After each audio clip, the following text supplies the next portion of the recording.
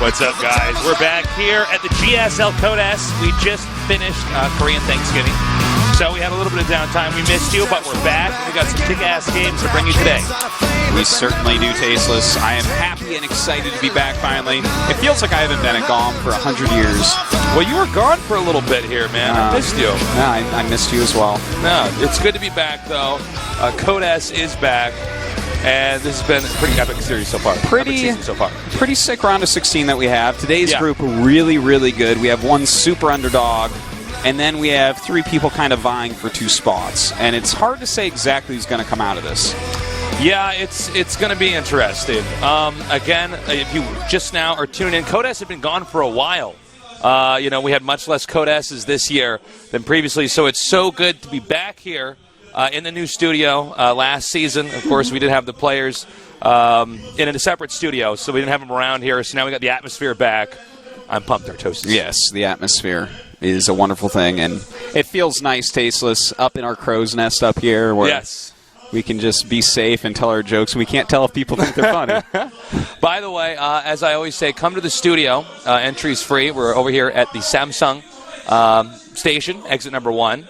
You can come down here, and obviously it's being broadcast in Korea to the studio, but we do have headsets, so if you come down, entry's free, you can put in a pair of headsets and hear us, and we have a TV set up there too, where you can watch us as well. Yeah, a lot of fun. Make sure you leave $50 on the English cast. Yes. No, of course it is free. But so many people ask, how much money could you and I have made over the years? People joke because we talk about this in every cast, but every day I get tweets going like, how do I book tickets for the studio, or how do I... what is the entry fee or something like that? You don't have to book tickets. We've had it so full that it has to be breaking some type of fire code. That's right. If there was a fire in the studio, sometimes everybody would die. But yeah, come down and check it out. And of course, you can meet the pros, get signatures, meet us as well. Anyways, so it's a lot of fun, Tasteless. You had a great cast with Wolf. I watched it. Yeah, downloaded on my little iPad and watched it on my airplane ride. Yes. It was and fun. I turned to you and you said something funny. I'd be like, Tasteless! Oh! It was fun cast with Wolf, but it's good to have you back, Artosis. So anyways, on to the round of 16 here. Of course, today we have Soulkey, Sleep, Deer, and DRG. Now, I'm especially excited about DRG here because DRG is looking like he is back and better than he's ever been before. That's exactly how he's looking. We'll see if he can get out of that pretty tough group for him. Now, Group B, this is going to be the day after tomorrow, and we're basically doing that until this is all done. We're compacting the whole round of 16 in 1 week. Group B, Rain, Keen, SOS, and Trap. Group C, Innovation, Super, Jokji, Su. And Group D, the Group of Death, Maru, Parting, Flash, and Congo. Would you agree that that's the Group of Death? Because they're all pretty darn hard. Yeah, I think Group D is probably the group deathiest. It's the deathiest of the groups. Of the groups, yeah, absolutely. It's like the other 3 groups, they might be zombies, but this one is like 6 feet underground. Again, guys, which somehow makes it scarier than a zombie. I'm not sure where I'm going with that one. I'll let you wear that one, Artosis. Again, we are barreling through this week because we did have the holidays last week. Yeah. So it's not your normal Codes rhythm. You have a lot of Starcraft to watch this week if you're going to be keeping up. Yeah, we're getting right through all of it. It's almost as if we put all the pro gamers in the giant shopping cart from Jackass and we're pushing them down a hill, Tasteless. I think today is going to be interesting. I expect DRG to get out.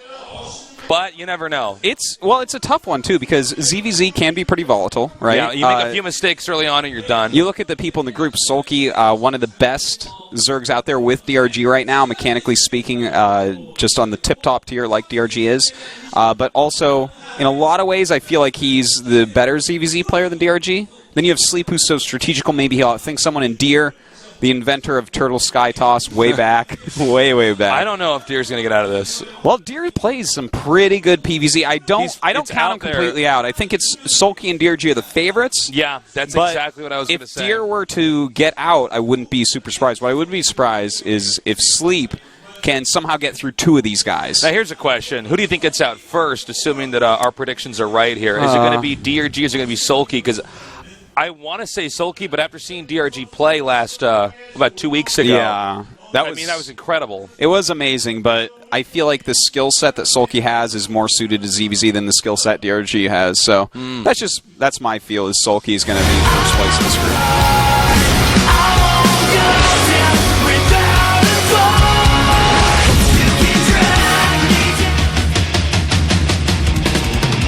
It's almost time to get this started here. Bringing out our players now. There they are. There they are. Drink it in, nerds. That is one badass lineup right there. And as always, we're just going to go to their soundproof booths, get everything set up, and we are just a few minutes away from getting our first best of 3 started. It is going to be on Polar Night.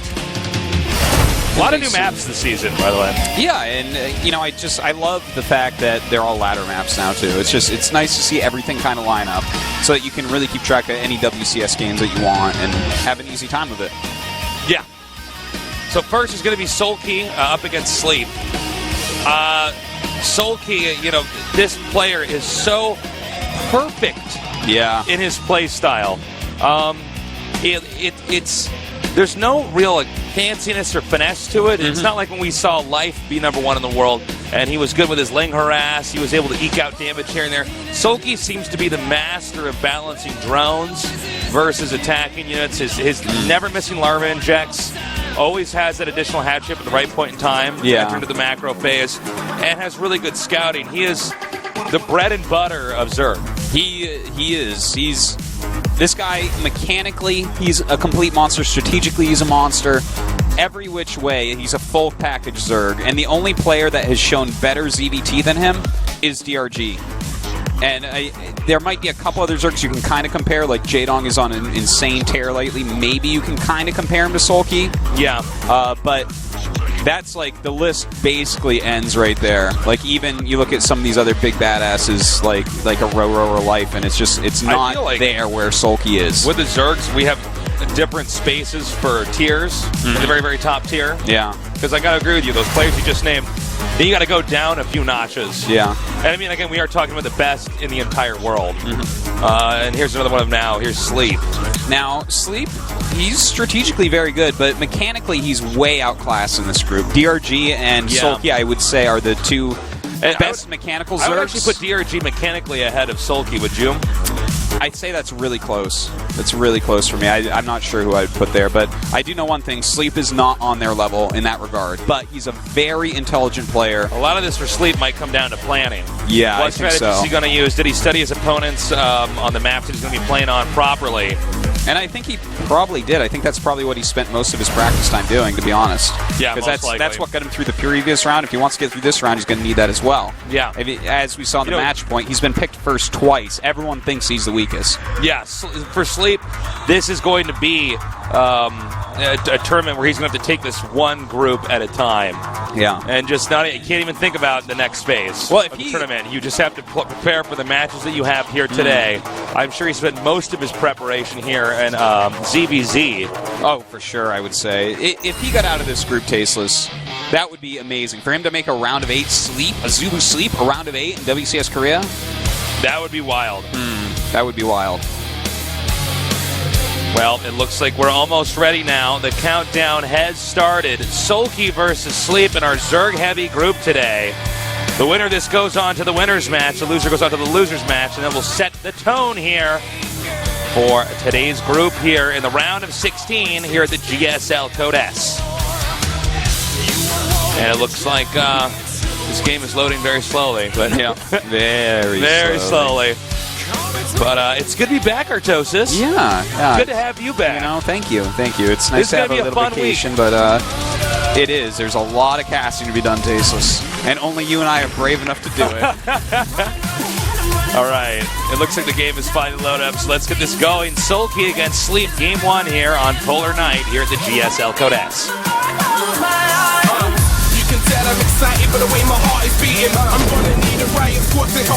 Special thank you to our sponsors. Over here in the South, we have our favorite of the group. He is Wongjin Star Soulkey.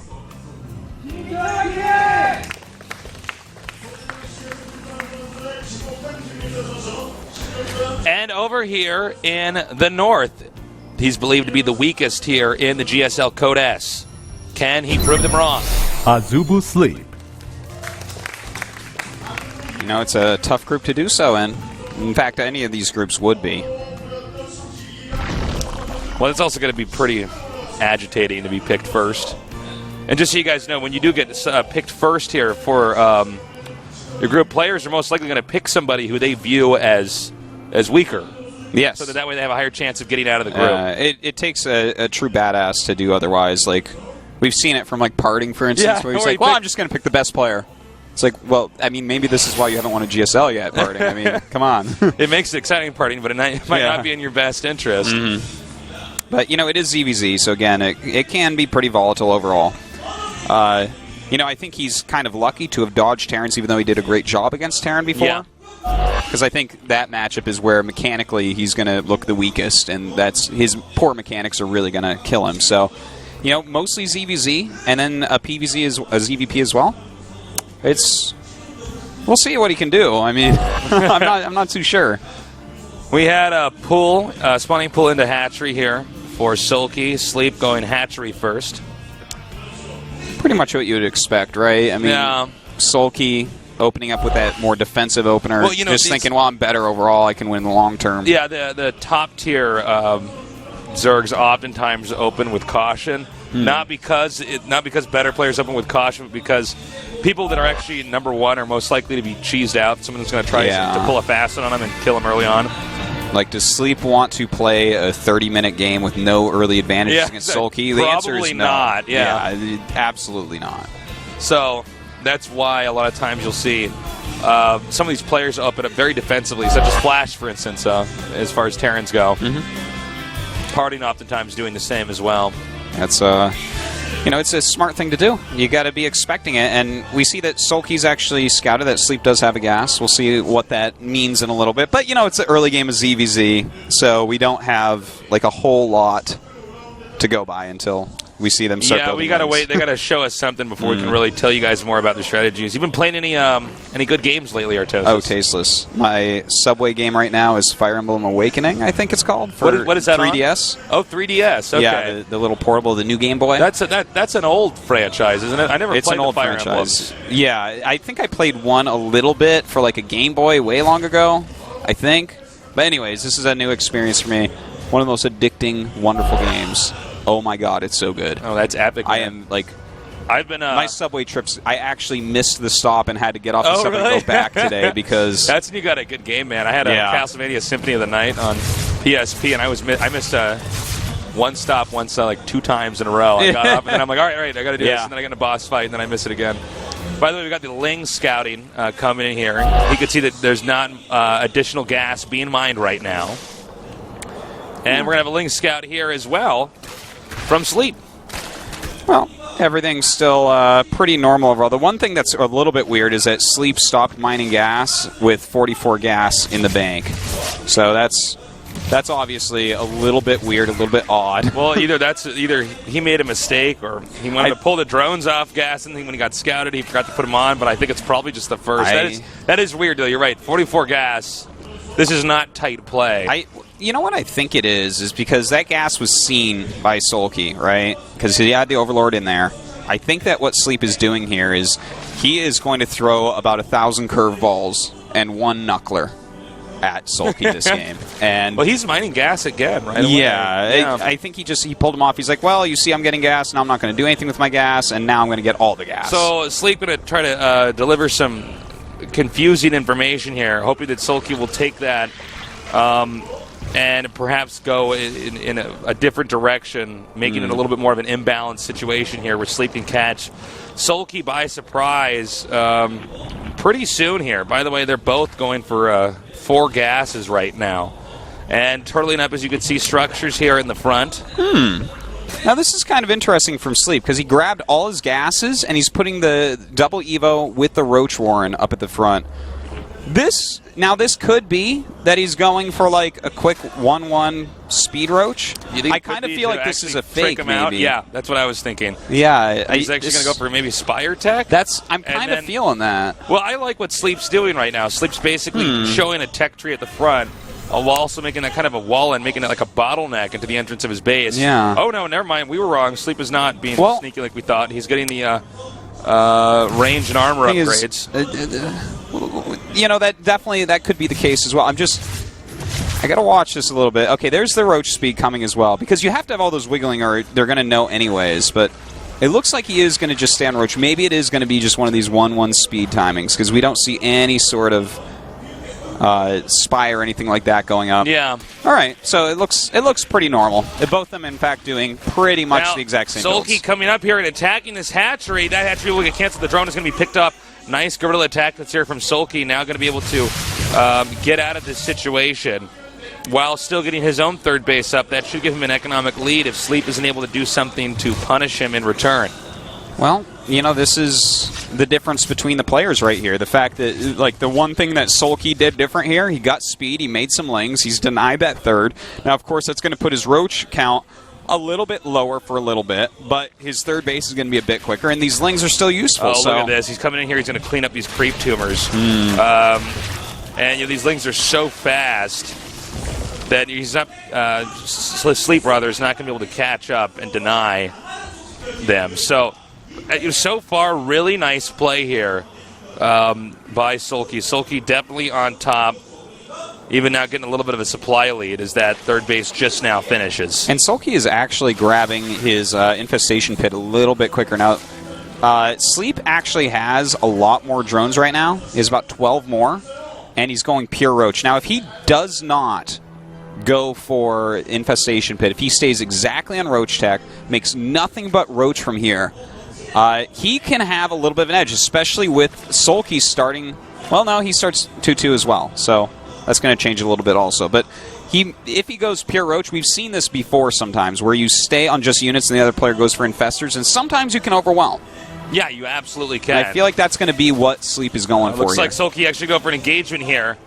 Going to go ahead and push Sleep back. Now, the combination of Lings with the Roaches, Lings here to soak up the damage. But there is a spine here as well, and Soulkey immediately identifies that that's a fight he's not going to be the favorite in. Splits up his army and backs up. Looks like he wants to see if the Lings can perhaps run into the main, but a nice block there by Sleep with the Queen. And he continues to make nothing but Roaches right now. We'll have to see if he adds a Hydralisk Den. As far as the drone count goes, there is a little bit of a disparity here. Looks like Soulkey's got about 60, whereas Sleep has about 63. But, with the third base finishing here earlier for Soulkey, and he actually had his gases making before the third base even finished. So he's going to have a serious econ advantage. Okay, he was making a Baneling Nest. I'm like, oh my god, what? My brain was trying to decode everything. It's possible that Sleep's timing could work, though. I mean, it really could. He's basically playing like Symbol from Wings of Liberty when everyone was going Infestor still. He's going Roach Hydra. Now he has to be careful, because if he hits at the wrong time, he'll be in trouble. But as of right now, he's got a big supply advantage. He's got a lot more Roaches, and 3 Infestors are not going to make up for the disparity in Roaches at this moment. All right, as you can see, Soulkey cranking out a lot more Roaches right now, and it's a lot of stuff also come down to the angling here of the two armies. Okay, not the best fungals either. Oh man, those fungals, they're not doing it yet, and this is a huge amount of Roaches. That was a beautiful contaminate, by the way, on that hatchery to prevent that production, and Sleep has some pretty big surface area. Look at this, Tasteless. He has a ton of Roaches now. Yeah, desperation here. Just 3 infested Terrans thrown up here. Beautiful arc around Soulkey's army, and Sleep may have proved everybody wrong here today in Game 1, as it looks like the third for Soulkey is going to be wiped out. Sleep really doing a great job with his timing attack here. Now, it's not over just yet. Let's see if Soulkey can come up with something quickly here. Well, Soulkey's in a lot of trouble right now, Tasteless. All these Roaches coming back up for Sleep. He's got his Hydralisk production almost started here, getting that range. Moving forward right now, he's picked up a lot of Infestors, and the drones come out. This should just be a Sleep victory in a moment. Yeah, that should be it. GG. Soulkey. Now that was best actually search in the whole world, losing in an upset here in game number 1 to Sleep. That was really nice timing. Strategically, that was really super well done by Sleep. They both opened very similarly. Yeah. Sleep got a few extra drones earlier on to help his production a little bit. The Contaminate, or Yes, Contaminate. I always get the Corruption and Contaminate mixed up. I always think just like all the Oracle It's like spells. when we started calling them gooping. Yeah. The he got goop gooped. on that hatchery to prevent it from producing some extra larvae helped as well, but Soulkey went into his infestors a little bit too quickly there, and Sleep just kind of overran him. He hit a perfect timing with it. It's like an old style that, in fact, Soulkey has played against before from Symbol. So it was really good play by Sleep. He's quite ready for this group taste, as you can tell in that game. I mean, that was some scary ZVZ from him. Our next map is Belshire Vestige. Now, I'm wondering if Soulkey is going to be playing similar to that last game. I mean, first of all, you have to identify Sleep is viewed as the weakest out of the 16 players here in Code S right now. Yes. Now, because of that, Sleep's probably also aware that he has to play pretty tricky right now to beat some of these more, this tier 1 player like Soulkey. So you got to wonder if Soulkey's just going to try to scout a little bit more, play a little bit more defensive. That's a good idea. I think that last game when he killed that third base, or the third base that was in production, Soulkey got a little bit overconfident, got a little bit too greedy, started teching in too many different directions, and Sleep had this powerful counterattack that just ran him over. You know, that game reminded me a lot of some previous Soulkey games, so I'll talk about that in a minute. We are loading up the map, Belshire Vestige. Soulkey's going to need to take this, or he's going to have a very hard loser round. Yeah. All right, we're here in the round of 16, our first game today, and so far, surprisingly, Sleep is down one game, or up one game, rather, against Soulkey. Let's see what happens next.